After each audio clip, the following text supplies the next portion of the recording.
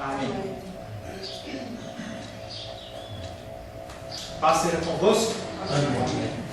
Glorificamos ao Senhor por mais essa oportunidade de estarmos na casa dEle, ouvindo a palavra dEle, buscando que Ele nos corrija, nos transforme, mude o nosso coração, que nós possamos ser conformados à imagem e semelhança dEle. Sebastião, tem que sentar do lado do irmão Cláudio, para os dois ficarem do lado dele. Você está no meio termo, né? Fica assim. Glórias a Deus. Primeira escola dominical do ano. Nós vamos retomar os nossos estudos, começando por o ser de Deus. Nós temos estudado as características deste Deus. Hoje, uma das grandes, se não a maior dificuldade que o homem e a mulher que se dizem de Deus têm é conhecer Deus. As pessoas, elas entram nas igrejas, começam a confessar um Deus que elas não conhecem. É como aqueles casamentos do século XV, XII, em que uma pessoa era prometida para outra e as pessoas não se conheciam e iam viver juntas. E o pior é que isso, naquela época, depois de um tempo as pessoas se conheciam. Quando a gente vê histórias como, por exemplo, da história de Jacó, quando a gente vê a história de outros homens de Deus, em que as mulheres elas são trazidas para o convívio com eles, você vê que com o passar do tempo as pessoas elas vão se conhecendo, porque vai começar a olhar uma característica, começa a olhar como que a pessoa gosta de agir. Isso acontece no nosso tempo contemporâneo também, nos nossos relacionamentos. Mas no relacionamento com Deus, muitas vezes as pessoas entram na igreja e continuam sem conhecer Deus. E o objetivo do estudo do ser de Deus e seus atributos é exatamente esse. Nós já estamos caminhando há algum tempo dentro desse tema. Nós começamos no finalzinho do ano passado a falar sobre a Trindade de Deus. Que as pessoas têm uma dificuldade enorme de reconhecer Deus como um Deus trino. E se dizem cristãs. É estranho a pessoa ela está numa condição. Pega um copo d'água para ela. A pessoa está dentro de uma igreja por 1 ano, 2 anos, 5, 10, 15, 20, 30 anos e não conhecer Deus, ou não querer conhecer Deus. Ano vira ano e as pessoas continuam apenas atrás das bênçãos e atrás das coisas que Deus pode dar. A gente vê no final dos anos, no final do ano, todo ano se repete. As pessoas fazendo projeto de vida no outro ano, isso não é problema, mas ninguém quer adorar Deus, ninguém quer conhecer a Deus, ninguém quer se submeter ao que Deus está falando. Eles querem continuar as suas vidas. Eu quero é ser feliz, eu quero é ser curado, eu quero é ter prosperidade. Nada dessas coisas é ruim, mas o nosso principal não pode ser este foco. E nós precisamos conhecer esse Deus que nós confessamos, e as pessoas não conhecem. Nós não conhecemos, eu não conheço, mas nós temos que buscar esse conhecimento. É um caminhar por toda uma vida. Casais casados sabem que a cada dia você conhece uma nova face do seu cônjuge. Namorados, noivos, amigos. Como esse Deus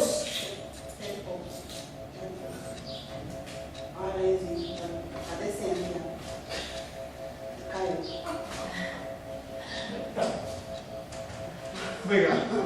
Salvei. Salvou. Se você que está assistindo não está entendendo o que está acontecendo, a Glenda, na nossa igreja, acaba de me salvar do ataque de uma aranha assassina.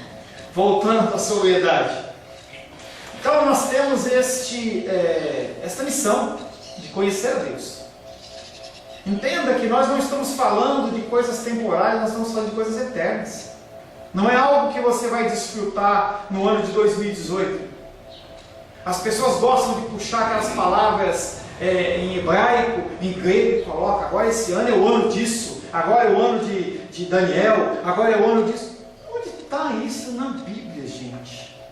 As pessoas elas aceitam tão facilmente porque não conhecem Deus. E o nosso objetivo com esse estudo é conhecer a Deus, pelo menos o que Ele se revela através das Escrituras. Porque o único meio de nós conhecermos a Deus é estudarmos as Escrituras. Qualquer ensino que eu venha falar que não tem respaldo nas Escrituras deve ser descartado. E nós estamos falando desde no finalzinho de novembro, começo de dezembro, sobre a Trindade de Deus. Falando que as pessoas elas têm dificuldade sobre entender o conceito da Trindade de Deus. Nós falamos sobre o Novo Testamento, explicamos no ano passado que se você tentar entender a Trindade a partir do Antigo Testamento, unicamente você vai se confundir. A revelação de Deus através da sua palavra ela é progressiva. É como quando a criança ela entra no ensino, lá no comecinho, lá, como que chama? Fundamental não, é o maternal. Você não vai entrar ensinando fração para ela. Você vai começar a mostrar algum conceito de número. Olha, aqui tem uma tartaruguinha, aqui é assim. Começa a juntar as letras. No cristianismo é a mesma coisa. Se você tentar entender a Trindade através do Antigo Testamento, você se confunde.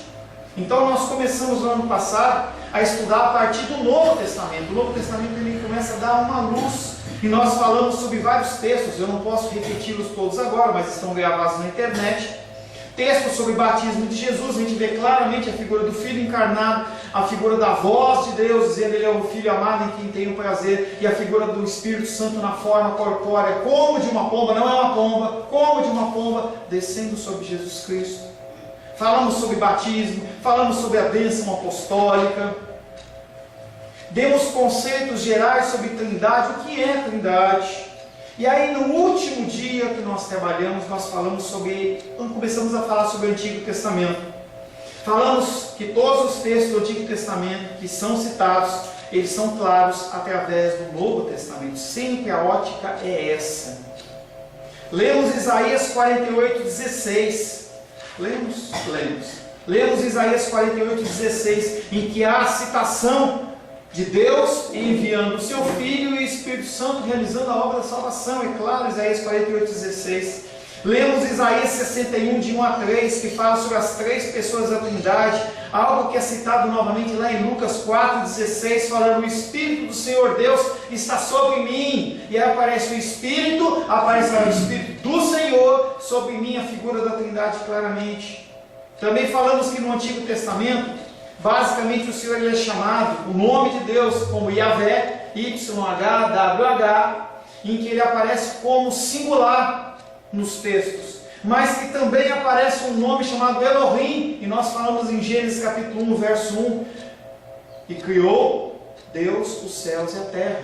E esse Deus, ele é Elohim, em hebraico, que é pluralidade de deuses, no sentido de um Deus constituído por três.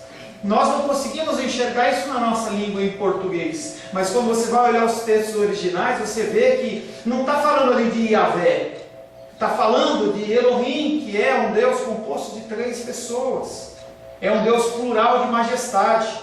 Embora esse texto não indique que são três pessoas, o conceito que Moisés quis trazer, porque ele é o escritor do Antigo Testamento no sentido do Pentateuco, é que havia mais que um naquele contexto, porque senão ele não iria falar façamos. Quando entra lá no contexto lá de Gênesis 6, se não me engano, façamos o homem em imagem e semelhança.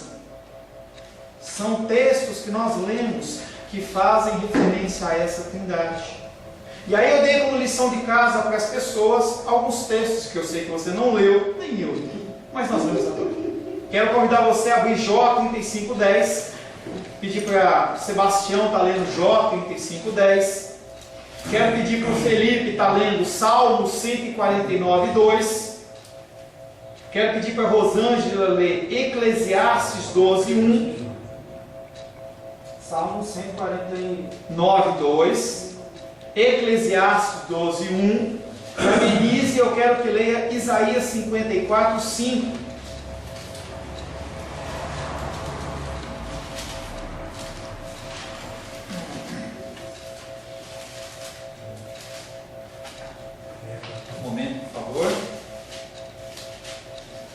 Jó 35:10, pode ler?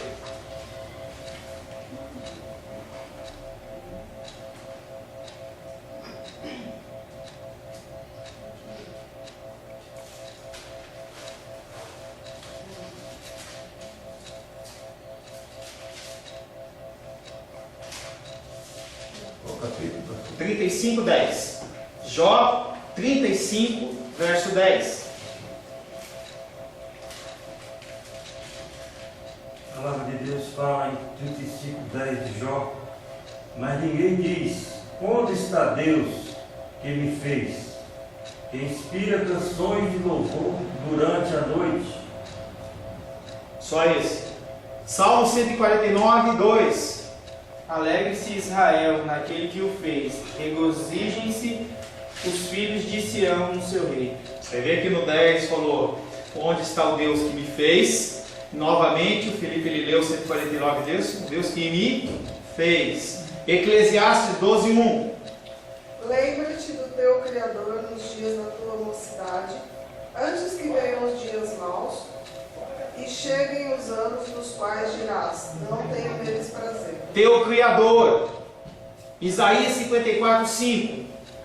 Porque o teu Criador é o teu marido, o Senhor dos Exércitos é o teu nome, e o Santo de Israel é o teu Redentor, e ele é chamado Deus de toda a terra. Novamente fala do Criador.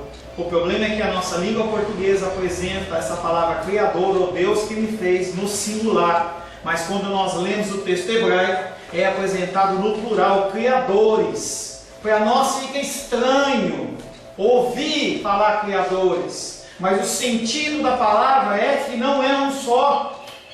É um composto de três. O mundo foi feito por um só Deus, e isso é ponto. Mas é um Deus que é composto por Deus Pai, Deus Filho e Deus Espírito Santo. A pluralidade no nome de Deus indica também a pluralidade de pessoas que nele existe. Se consideramos a matéria à luz da revelação do Novo Testamento. Quando você olha esses textos que nós lemos à luz do Novo Testamento, você vê que é fácil você entender. Você recebe com mais tranquilidade. Algo que, se as pessoas forem colocar na tradução em português, criadores, vai parecer que está falando uma aberração. Não, mas é a figura de Deus Pai, Deus Filho e Deus Espírito Santo. Textos que indicam a pluralidade de pessoas pela repetição. Nesses textos que nós vamos ver agora, você vai ver repetir 3 vezes o nome de Deus. E você vai ver que esse nome de Deus repetido 3 vezes fica sem sentido se não forem pessoas diferentes. Números 6, 24 a 26. Números 6, versos 24 a 26. Por favor, Glenn. O Senhor te abençoe e te guarde. O Senhor faz resplandecer o seu rosto sobre ti e tenha misericórdia de ti. O Senhor sobre ti levanta o teu rosto e te dê a paz. Tá? Um indicativo de 3 pessoas. Não é claro, mas na ótica do Novo Testamento a gente vê por que o escritor de Números, por que Moisés ele escreveu: o Senhor te abençoe e te guarde. E não coloca: o Senhor te abençoe e te guarde, e faça resplandecer o rosto sobre ti, e tenha misericórdia de ti, e sobre ti levante o rosto. E ele cita 3 vezes o Senhor. Pode até parecer coincidência, ou uma questão de combinação, mas na bênção aarônica, que é essa que nós lemos, o nome Yahvé aparece repetido 3 vezes, indicando a mesma bênção apostólica, onde as 3 pessoas da Trindade estão claramente indicadas. São 3 pessoas nesse texto, não é uma só. É um Deus composto de Deus Pai, Deus Filho e Deus Espírito Santo. Pastor, por que eu preciso saber isso? Porque você tem que conhecer o Deus que você cita, que você crê. Você tem que conhecer. Conversava com um parente nas minhas férias, em que ele não é cristão, ele é de uma outra religião, e ele falava: não, o Espírito Santo é uma força. O Espírito Santo não é uma força, o Espírito Santo ele é Deus. A figura de Cristo, ele é Deus. Pastor, eu não creio nisso. Aí tudo bem, só que você não é cristão. O conceito cristão é Deus Pai, Deus Filho e Deus Espírito Santo, compondo a figura de Deus, que não é um nome, mas é um título. As pessoas acham que Deus é nome. Elas acham que Faraó é nome. Já falei isso para vocês. Não é nome, são títulos. César, o rei lá, o imperador, é um título, não é um nome. Ele tem um nome. A figura de Deus é um título, que é composto de 3 deuses. O nome dele a gente não conhece. Daniel capítulo 9, verso 19.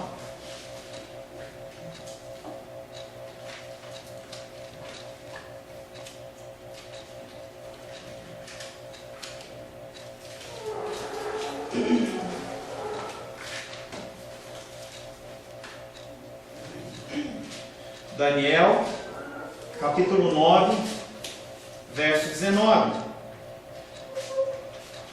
Ó Senhor, perdoa, ó Senhor, atende-nos e age. Não te retardes, por amor de ti mesmo, ó Deus meu, porque a tua cidade e o teu povo são chamados pelo teu nome. Com a bênção de números, ele vem novamente. Ó Senhor, ouve. Ó Senhor, perdoa. Ó Senhor, atende-nos ou age. Ele está falando de 3 pessoas. Por que ele citaria 3 vezes? Novamente, isso não é coincidência. Isaías capítulo 33, verso 22. 33, 22. Irmão Cláudio, Isaías 33, 22, por favor. 33, 22.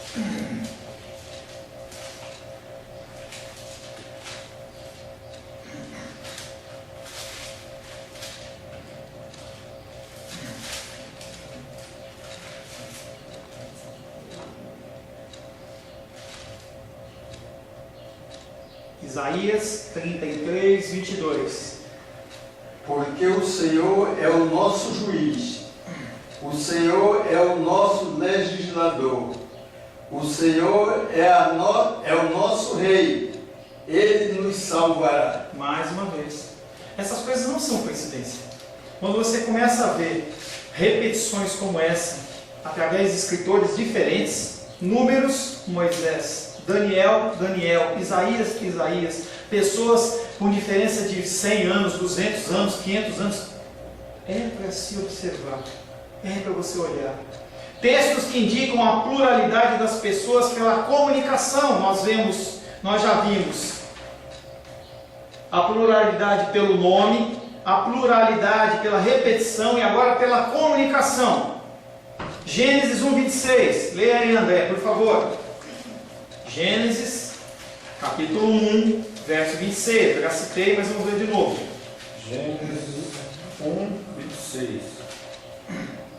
E disse Deus: façamos o homem à nossa imagem, conforme a nossa semelhança, e domine sobre os peixes do mar, e sobre as aves dos céus, e sobre o gado, e sobre toda a terra, e sobre todo réptil que se move sobre a terra. Havia algum ser criado?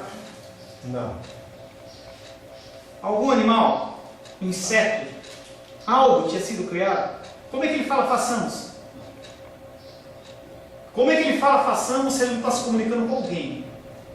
Ele sim está se comunicando com alguém. Quando Deus fala sem haver um ser criado com quem falar, é absolutamente certo que Ele fala com alguém dentro de si mesmo, porque não havia nada além de Deus. Antes de haver a criação, e a nossa mente não consegue entender, porque não é algo que nós podemos comparar, não é algo que nós podemos ter alguma referência. Antes da criação não havia nada. Como é esse nada? Não sei. Ninguém na Terra vai ter essa revelação, esse entendimento, porque o próprio Deus não explica. Simplesmente havia Deus. Como era isso? Não sei. Você vai ter que esperar a eternidade para perguntar para Ele, porque eu não sei. Não tem nenhum teólogo que tem como explicar como era antes. Não tem como. Mas quando Ele se revela dizendo façamos, Ele está falando de mais uma pessoa. Se não havia nada criado, só podia Ele estar falando consigo mesmo. Ele não é louco. Então Ele estava falando com alguma pessoa da Trindade. Façamos o homem a nossa imagem. Nossa imagem, façamos, nossa imagem, nossa semelhança. Quando Deus fala sem haver um ser criado com quem falar, é absolutamente certo que Ele fala com alguém dentro de si mesmo. As pessoas da Trindade sempre se comunicaram antes que houvesse o mundo e as suas criaturas racionais. Não é uma ou duas pessoas, mas várias pessoas têm essa dificuldade de entender que Deus Ele não precisa de nós. Não, Deus precisa da minha adoração. As igrejas falam isso hoje. Deus precisa da minha adoração. Deus precisa do meu dízimo. Deus precisa que eu levante as mãos aos céus. Deus precisa de mim. Eu sou insubstituível. Não é não. Não é não. Deus ele não precisa de ninguém. A ação dele através das nossas vidas é um privilégio. E as pessoas não entendem isso. Às quartas-feiras, normalmente está eu, irmão Cláudio, irmã Odisseia, Sebastião e Rosângela. Para mim, não é uma obrigação estar aqui. E é isso uma coisa que nós falamos. Para nós é um privilégio. É um privilégio você poder ser voz de Deus. É um privilégio você ser mão de Deus. Ontem teve um projeto, estava a Rô, estava a Menina, estava o Sebastião, a Glenda, estavam lá ajudando no projeto do pastor Marcelo. É um privilégio você acordar cedo e se dispor. Porque Deus não precisa de mim e de você. Ele não precisa. E as pessoas elas não conseguem entender, porque é difícil você imaginar um ser que não precisa de ninguém, porque a gente precisa. Nós não fomos feitos para vivermos isolados. O conceito do monge, que ele vai e eremita, não é um conceito humano. O ser humano não é feito para viver isolado. Ele precisa de outros seres humanos para conviver. Deus não precisa. E quando você fala que Deus ele cria algo a partir do nada, as pessoas não conseguem entender. Pessoas acham que Deus precisa de alguém. Deus precisa que você faça algo. Deus precisa de alguém que adorar Ele. Se você não adorar Ele, Ele fica triste. Tem músicas cristãs, ou gospel, né? Que não é cristã, na verdade, em que trazem esse conceito. O homem é o centro de tudo. Deus, Ele veio, Jesus Cristo veio para me salvar, porque Ele precisa de mim, eu sou precioso. Que conceito é esse, gente? É um conceito que vai muito bem ao meu coração e ao seu coração, mas não é um conceito que está na palavra. O fato de Deus ser tripessoal é o que torna essa comunicação relacional possível. Gênesis 3:22.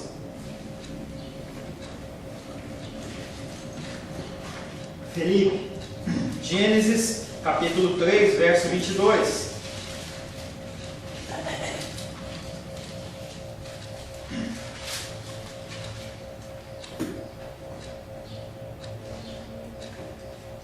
Então disse o Senhor Deus: Eis que o homem se tornou como um de nós, conhecedor do bem e do mal.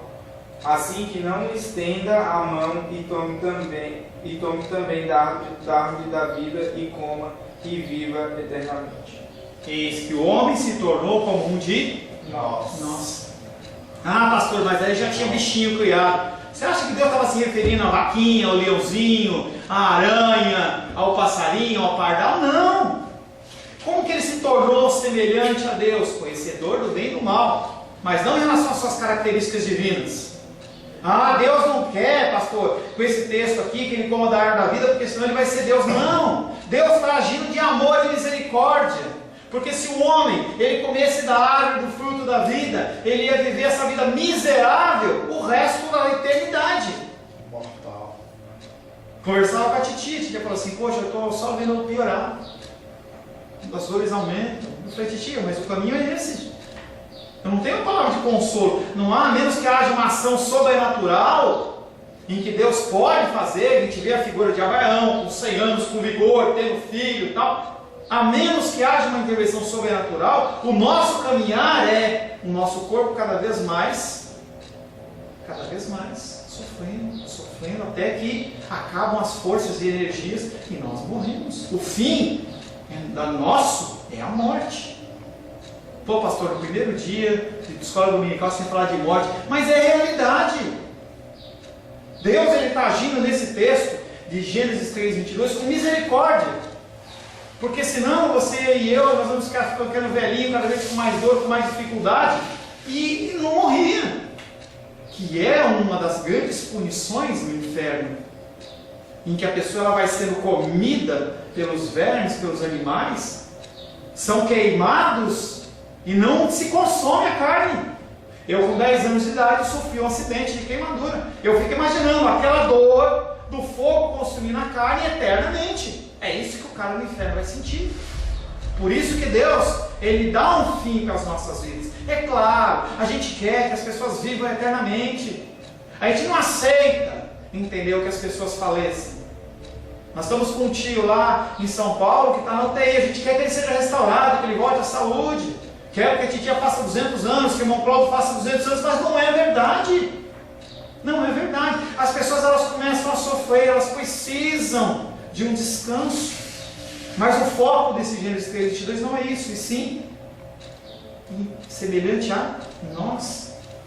A ideia da pluralidade também está presente na comunicação da Trindade.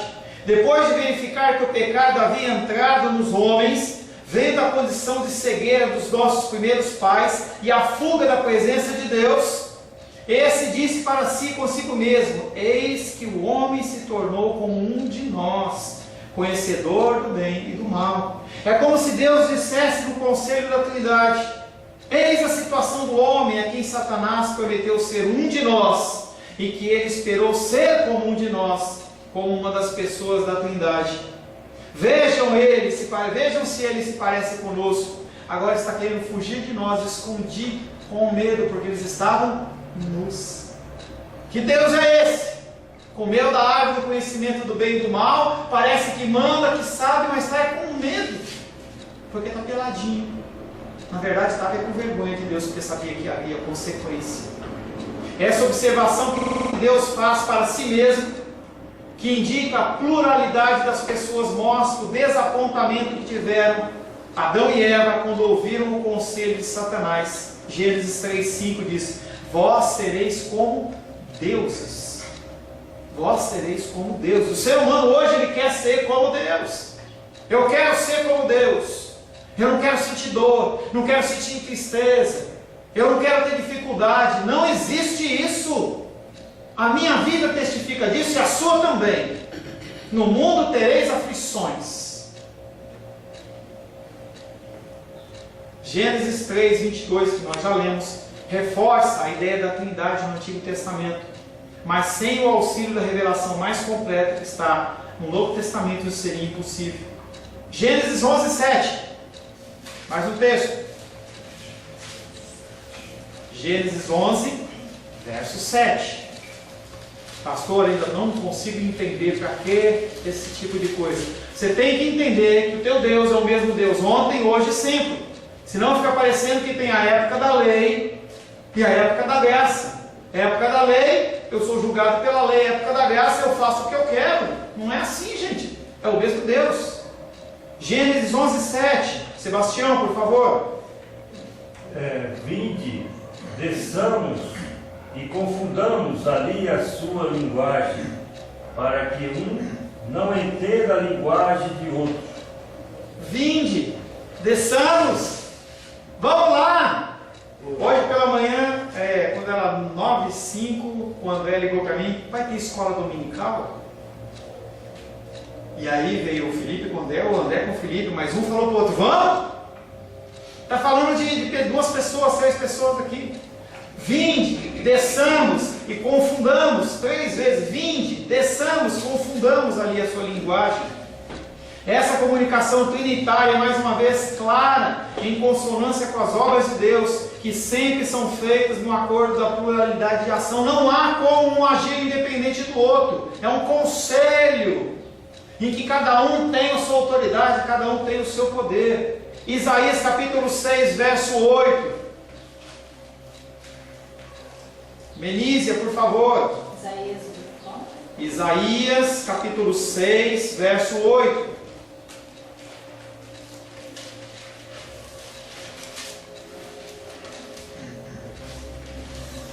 Depois disto, ouvi a voz do Senhor que dizia: a quem enviarei e quem há de ir por nós?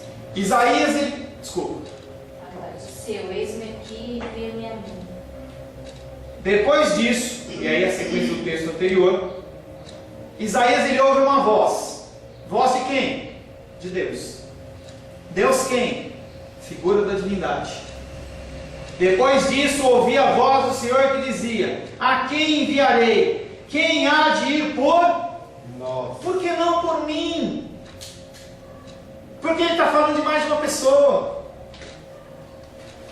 Isaías responde: eis-me aqui, envia-me a mim. É a Trindade que envia as pessoas para o exercício do ministério. E isso está claro nesses textos e fica claro à medida que a revelação progride. Essa pluralidade demonstrada na comunicação de pessoas distintas também está claro no ensino de Jesus Cristo. João 14, 23.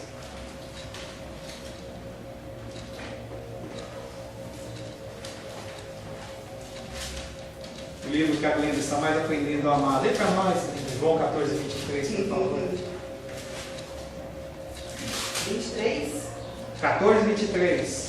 Respondeu Jesus: se alguém me ama, guardará a minha palavra, e meu Pai o amará, e viremos para ele e faremos nele morada. Faremos. O entendimento desses textos do Antigo Testamento é devido à luz lançada, por exemplo, por João 1:1. Abre lá. João 1:1.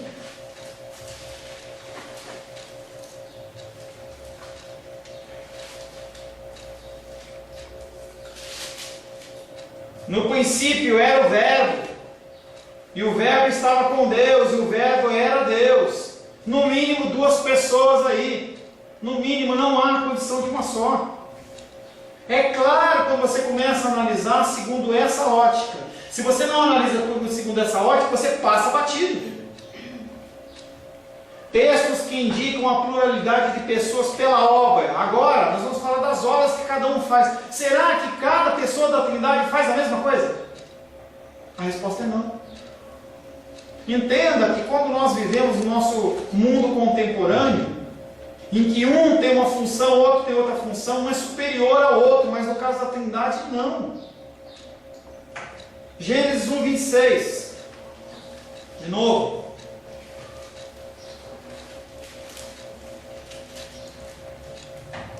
Oh.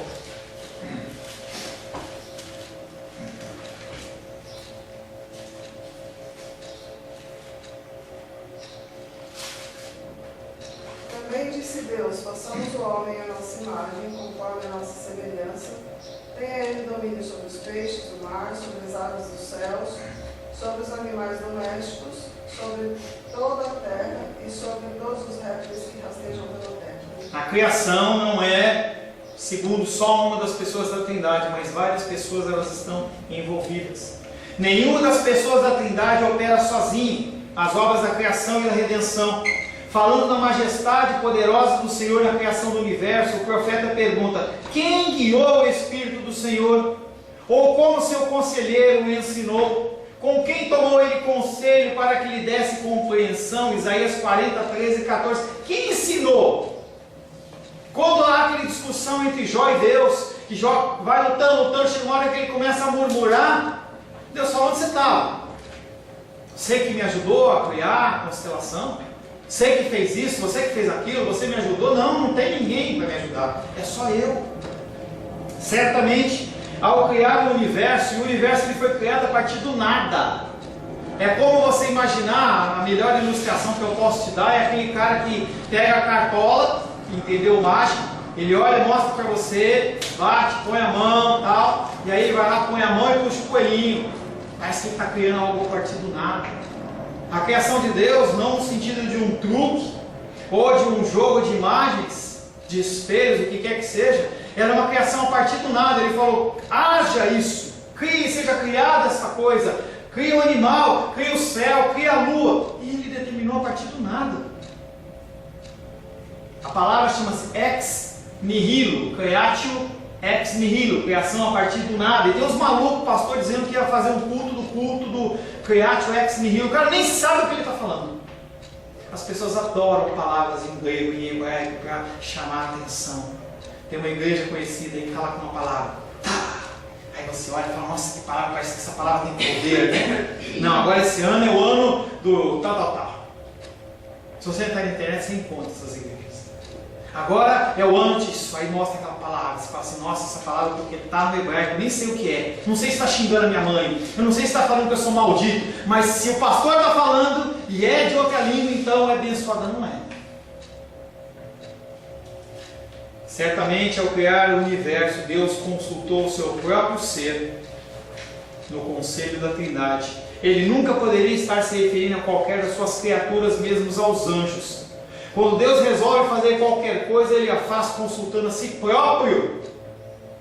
E nós já tratamos disso em oração, no tema de oração, há meses atrás, talvez um ano atrás. Será que a nossa oração muda o coração de Deus? Eu quero que seja assim. E eu conversava lá fora com Felipe e André. As pessoas falam assim, não, tem uma linha teológica assim, eu quero uma bicicleta. Tá, tudo bem. Não é só você chegar, Deus, me dá uma bicicleta, eu preciso. Ou eu quero. Não, você tem que falar, olha Deus, eu quero uma Caloi, ou sei lá, Trek, qualquer marca. Aspen tal, cor branca, com câmbio tal, freio tal, pneu tal, tantas marchas. Porque senão Deus, Ele vai dar o que Ele quer e não o que você quer. Olha que heresia doida. Quer dizer que Deus não sabe o que é melhor para você, ou pior, a sua opinião é melhor do que Deus tem para você. Pessoas acreditam nisso. Pessoas acreditam nisso. Eu tenho um conceito, um entendimento do que é melhor para mim. É algo que eu tenho estudado e tem sido muito interessante. Eu tenho compartilhado isso, salpicado com algumas pessoas, o conceito entre depressão e tristeza. Hoje, pessoas não ficam tristes, elas ficam deprimidas. Por mais que pareça para você só uma diferença de nomenclatura, não é só. Porque quando você encaixa a pessoa no conceito da depressão, ela está doente. E aí ela precisa de medicamento. E aí se você está namorando e perdeu seu namorado, se você perdeu seu emprego, foi assaltado, você não está triste, você está deprimido. E essa semana eu meditava em alguns textos que o pastor lá do doutor, ele é pastor e médico, e ele falava sobre Ana, em que ano após ano ela subia para adorar o Senhor no templo, junto com Eucana e Penina. Era um homem que tinha 2 mulheres, e ela tinha o seu ventre cerrado por Deus. Deus não deixava ela ter filho. E todo ano aquela mulher ia e era espezinhada pela outra mulher, e ela se sentia diminuída, porque naquela época, se a mulher não tivesse filhos, ela era maldita. E ano após ano. Hoje, se ela fosse conversar com alguém, você está com depressão. Toma um remedinho assim, tarja preta por tanto tempo, ou para sempre. Consulta um psicólogo. E aquela mulher gemendo, até que chega um momento em que ela faz um voto com o Senhor. Toda a vida da mulher foi pautada para que ocorresse e culminasse num ponto, porque não se fala mais de Ana. Geração de Samuel, o último verdadeiro profeta daquela época, antes de entrar a monarquia dentro da cultura israelita. E aí aquela mulher gera um filho, como qualquer mulher. Passado o tempo do desmame, ela pega aquela criança e você vai falar assim, não, ela está triste, porque ela tem que entregar o seu filho para o sacerdote como ela prometeu. Não, você vai ver, ela está assim, exuberante. Não se fala que ela teve mais filhos, mas Deus, ele cumpriu o propósito dele naquela vida. As pessoas da Trindade têm funções diferentes. O Senhor, o Espírito Santo, ele é aquele que é o Consolador, e ele nos dá a paz. Textos que indicam a pluralidade pelas referências ao anjo de Yahvé, ao anjo do Senhor. A gente vê essas referências, o anjo do Senhor. Quem é esse anjo do Senhor? Semana que vem nós vamos ver quem é o anjo do Senhor. Você vai ver que esse anjo não é um anjo qualquer.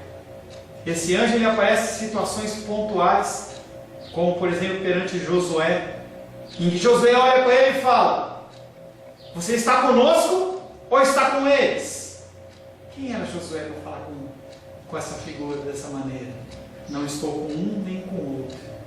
E aquele declaração daquele anjo do Senhor faz com que Josué se prostre. Ninguém no Antigo Testamento se prostrava se não fosse perante Deus. Era abominação. E as pessoas reconhecem a figura, em alguns casos, do anjo do Senhor como a figura de Jesus Cristo. o Senhor dos Exércitos. Aquele que em Apocalipse ele vai vir com as hordas dos anjos celestiais, vai acabar com a raça do diabo, finalmente recolher a sua igreja e vai reinar, vai julgar, porque ele tem um nome sobre todo nome. Mas ele é menor do que Deus Pai? Não! Ele tem uma função diferente.